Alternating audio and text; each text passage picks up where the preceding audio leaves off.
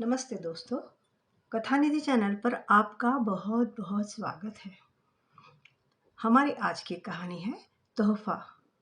लिखी है अनजान ने। तो चलिए कहानी शुरू करते हैं। अपने कमरे में बैठे रामचरण जी को भूख लगी थी।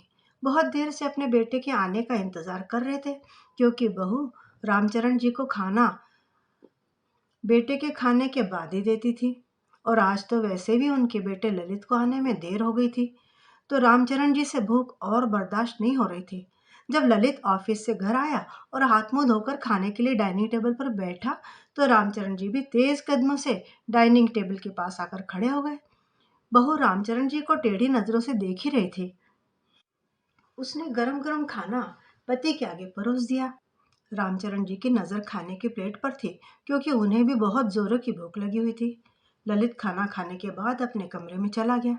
रामचरण जी कुर्सी सरकाकर बैठने लगे, तभी बहू रामचरण जी की तरफ मुंह बनाते हुए बोली, बाबूजी रुक जाइए, थोड़ा तो सब्र कीजिए। जाइए वहां जाकर एक तरफ बैठ जाइए, मैं तुम्हें खाना वहीं दे दूंगी। रामचरण जी बहू के कहने पर एक तरफ चारपाई पर बैठ गए।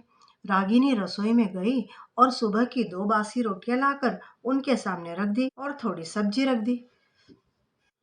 रामचरण जी ने रोटी उठाई और उलट पुलट कर देखने लगे। बहू, यह तो सुबह की बासी रोटी है। हाँ बाबूजी, फेंकने से तो अच्छा है इन रोटियों को आप खा लीजिए।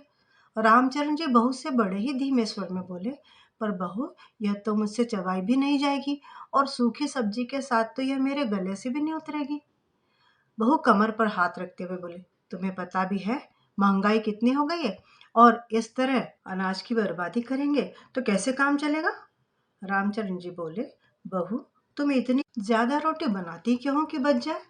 बहू रामचरण जी की तरफ तिरछी निगाह करते हुए बोली, तो क्या अब मैं दिन भर बैठकर तुम्हारे लिए गरम गरम रोटियां सेकने का काम करूं? मुझे कोई और काम नहीं है क्या?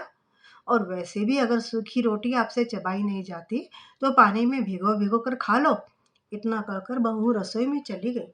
तभी ललित अपने कमरे से बाहर आए, तो रामचरण जी अपने बेटे से बोले, बेटा, देखो ना, बहू ने मुझे खाने में सूखी रोटी दी है। बहू से कहो कि वह मुझे तुम्हारे साथ ही गर्म रोटियां सेक कर दे दिया करे। बेटा गुस्सा हो गया, बोला, बाबूजी, मेरी पत्नी आपकी नौकरानी नहीं है, और बाकी बची रोटी आप नहीं खाएंगे तो और कौन खाएगा? पता है कितनी मेहनत से दिन भर पैसा कमाता हूं मैं। मेरी कमाई ऐसे ही बेकार कूड़े के ढेर में नहीं फेंकेगी। कहकर बेटा भी पैर पटकते हुए अपने कमरे में चला गया। बेटे बहू की ऐसी बातें सुनकर रामचरण जी के पेट की आग उनकी आंखों से आंसू बनकर बह निकली। रामचरण जी बहुत देर तक आंखों में आंसू लिए खाने की थाली को देखते रहे, क्योंकि बेटे बहू की कलेजे को चीर देने वाली बातें सुनने के बाद दूर दूर तक भी उन्हें भूख नहीं थी। वह चारपाई से उठे और बिना खाना खाए अपने कमरे में जाकर लेट गए। अगले दिन सुबह बहू ने काली पीली चाय बनाकर रामचरण जी के आगे ले जाकर रख दी और बोली, चाय पीकर बर्तन साफ करके रख देना, और हाँ, मैंने कपड़े धो दिए हैं, उन्हें छत पर सुखा देना। कहकर बहू अपने कमरे में चली गई। रामचरण जी ने एक नजर चाय पर डाली, तो चाय में दूध तो नाम मात्र का ही था।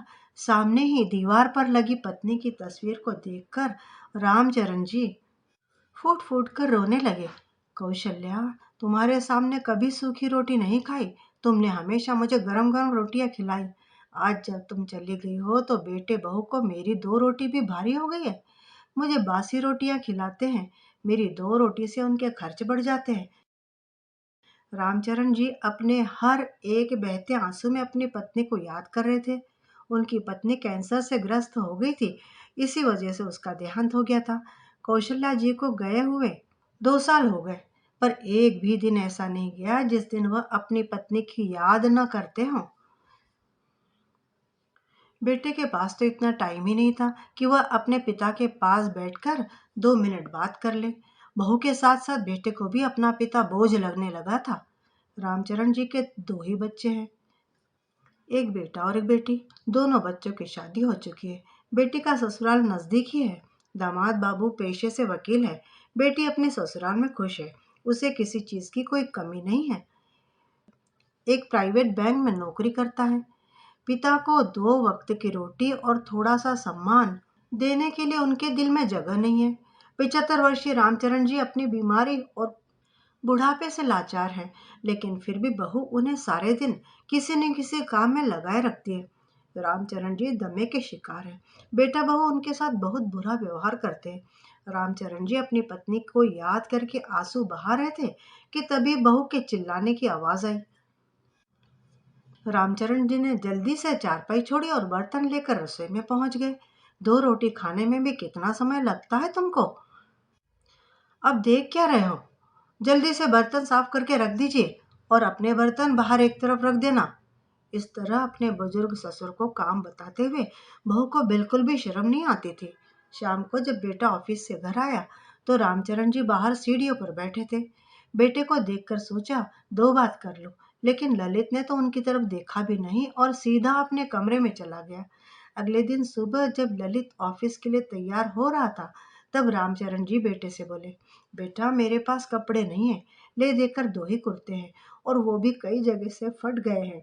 तो मैं कह रहा था कि ऑफिस से आते समय।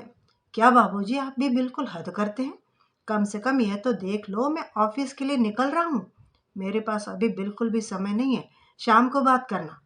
ललित पिता की आधी अधूरी बात बीच में ही छोड़कर ऑफिस के लिए निकल गया। तभी बहू किचन से दनदनाती हुई आई और बोली, तुम तो बस इसी ताक में बैठे रहते हो कि कब बेटे को खर्चा बताया जाए। अरे बुढ़ापे में भी नए नए कपड़े पहनने का शौक लगा हुआ है। पैसे कोई पेड़ पर नहीं उगते कि जब चाहा तोड़ लिया। तुम्हारा बेटा सारा दिन मेहनत करता है, तुम तो घर में पड़े रहते हो। कोई जरूरत नहीं है नए कपड़े बनवाने की, जो है उनमें गुजारा करो। ज्यादा फरमाइशें मत किया करो बुढ़ापे में। इतना कहकर रागिनी वहां से अपने कमरे में चली गई। बहू की बातें सुनकर रामचरण जी की आंखों में आंसू आ गए और वह चुपचाप अपने कमरे में चले गए। इसी तरह बेटे की और बहू की खरी खोटी सुन सुनकर ही रामचरण जी का जीवन कट रहा था। बहू रामचरण जी को 2 रोटी से ज्यादा नहीं देती थी, इसलिए उन्हें शाम होते होते भूख लगने लगती थी। एक दिन वह रसोई में खाने के लिए कुछ ढूंढने लगे। रोटी और सब्जी तो दोनों ही खत्म थी। उनकी नज़र दूध पर पड़ी तो उनका दूध पीने को मन कर आया। आखिर जब से पत्नी उनकी उन्हें छोड़कर गई थी, तब से चाय में भी तो दूध नाम मात्र के लिए मिलता था और दूध तो उन्होंने देखा ही नहीं था।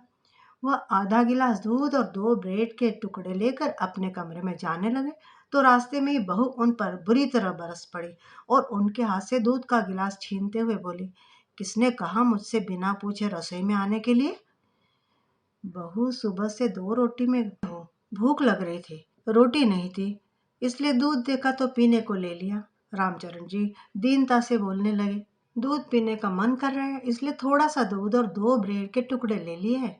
रामचरण जी बहू से डरते डरते कहने लगे, यह देखो, बुढ़ापे में भी दूध पीने की आग लगी है पेट में। पैसों का आता है दूध, फ्री में नहीं आता।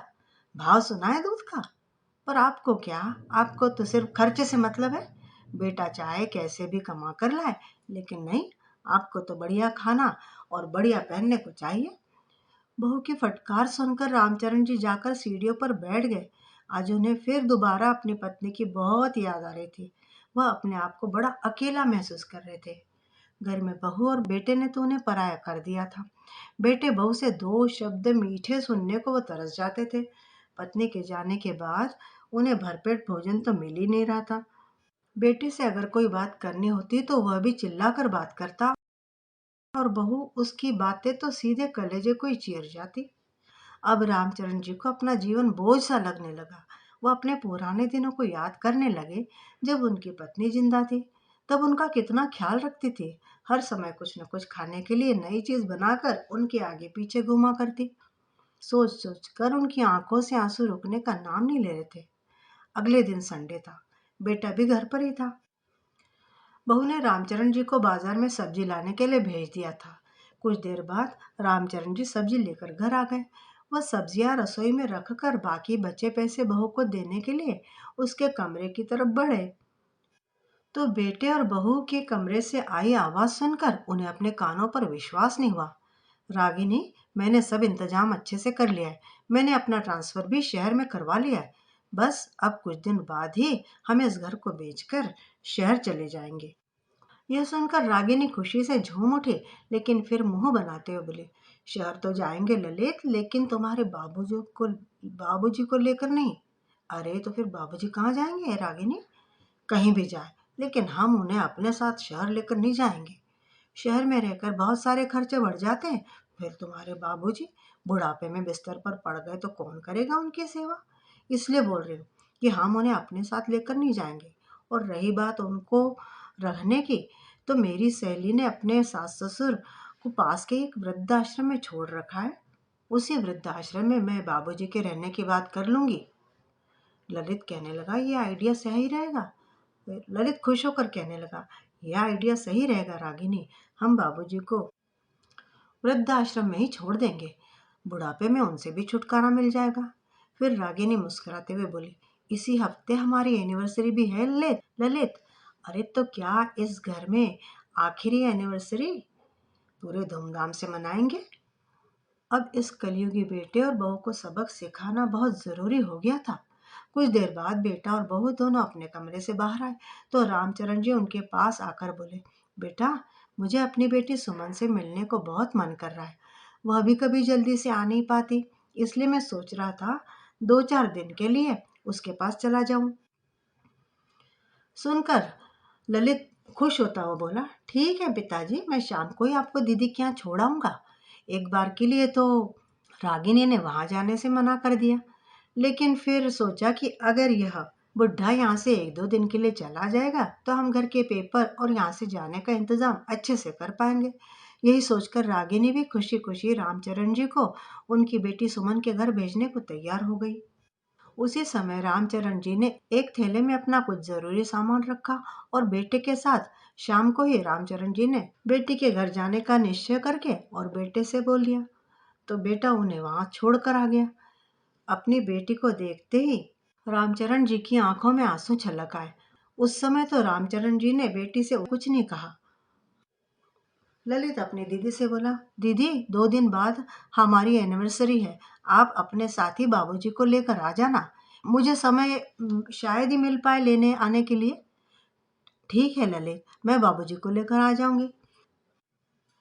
ललित के जाने के बाद पिता का मुरझाया हुआ चेहरा देखकर सुमन बोली, क्या बात है पिताजी, आप कितने उदास हैं, क्या कारण है? रामचरण जी ने बेटी और दामाद से बेटे और बहू की करतूत के बारे में बताया। सुमन को इस बारे में जरा भी आइडिया नहीं थी, इसलिए जब उसने पिता से यह सब सुना तो उसके होश ही उड़ गए। रामचरण जी बोले, दामाद बाबू, मुझे आपसे एक काम करवाना था। बेटे और बहू की एनिवर्सरी है, तो मैं ऐसा तोहफा देना चाहता हूँ जिससे उनकी आंखें फटी की फटी रह जाए और वे आश्चर्यचकित हो जाए। 2 दिन बीत गए। रामचरण की बेटी और दामाद रामचरण को लेकर घर पहुंचे। उन्हें बड़ा आश्चर्य हुआ जब देखा कि बेटे ने पूरे घर को महल की तरह सजाया हुआ था। लगता है बेटे और बहू को यहाँ से जाने की खुशी कुछ ज्यादा ही हो रही है। रामचरण जी ने मन ही मन सोचा और मुस्कुराने लगे। सारा प्रोग्राम खत्म होने के बाद सबने बेटे और बहू को अच्छे अच्छे खूब सारे तोहफे दिए, खूब बधाइयाँ दी। रामचरण जी बेटे और बहू की तरफ बढ़े तो ललित बोला, बाबूजी, आपके पास तो कुछ होगा नहीं हमें देने के लिए, क्योंकि आप तो खुद ही हम मुझसे हमेशा चीजें मांगते रहते हैं आपकी जरूरत की। आपके हाथ तो हमेशा फैले ही रहते मेरे सामने। नहीं नहीं बेटा, ऐसा मत कहो। मैं तो तुझे ऐसा तोहफा दूंगा जो आज तक तुझे किसी ने नहीं दिया होगा। कहते हुए रामचरण जी ने अपने थैले से कुछ पेपर्स निकाले और बेटे को दे दिए। पेपर्स देखकर रागिनी ललित से बोली, अरे ललित, यह सब क्या है, जरा खोल कर तो देखो। मुझे तो ये प्रॉपर्टी के पेपर लग रहे हैं। हाँ रागिनी, तुम सही बोल रही हो, ये प्रॉपर्टी के पेपर्स ही हैं। बाबूजी ने तो हमारा काम और भी आसान कर दिया। बेटा और बहू पेपर हाथ में लेकर खुशी के मारे फूले नहीं समा रहे थे, लेकिन जैसे ही उन्होंने पेपर खोल कर पढ़े, दोनों के पैरों तले जमीन खिसक गई। आंखें फटी की फटी रह गई। ऐसा लग रहा था मानो चक्कर खाकर अभी गिर पड़ेंगे। क्यों मेरे बच्चों, कैसा लगा इस बुड्ढे का तोहफा? रामचरण जी मुस्कुराते हुए बोले, बाबूजी, यह आपने क्या कर डाला? कैसा तोहफा दिया है आपने हमें? अरे ऐसे भी कोई करता है क्या अपने बेटों के साथ?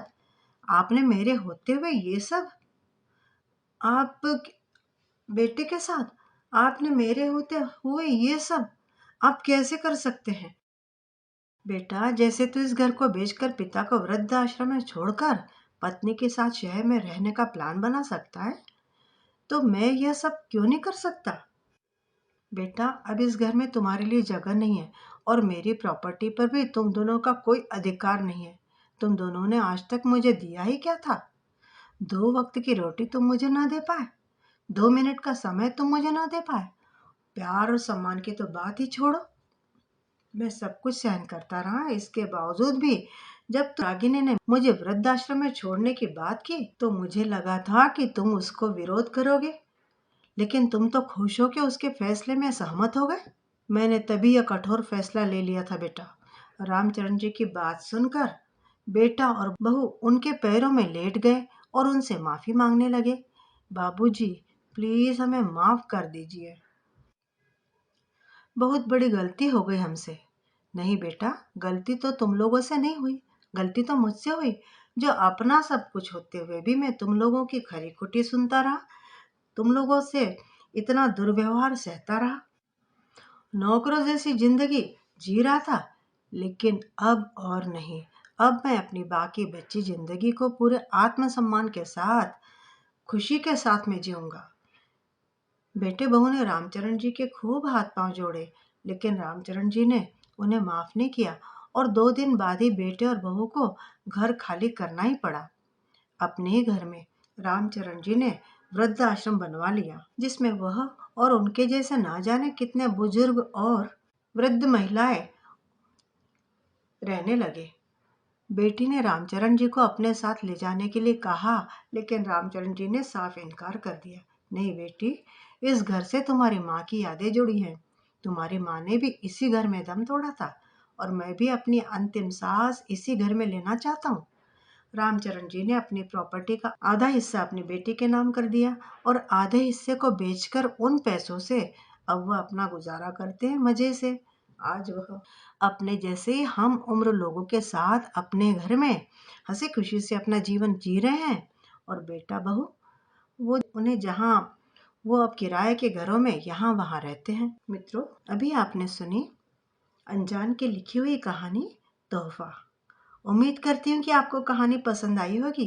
कमेंट करके बताइएगा ज़रूर, और चैनल पे नए हैं तो चैनल को सब्सक्राइब भी ज़रूर कर लीजिएगा। मिलती हूँ जल्दी बढ़िया सी कहानी के साथ। तब तक विदा। आपका दिन शुभ हो।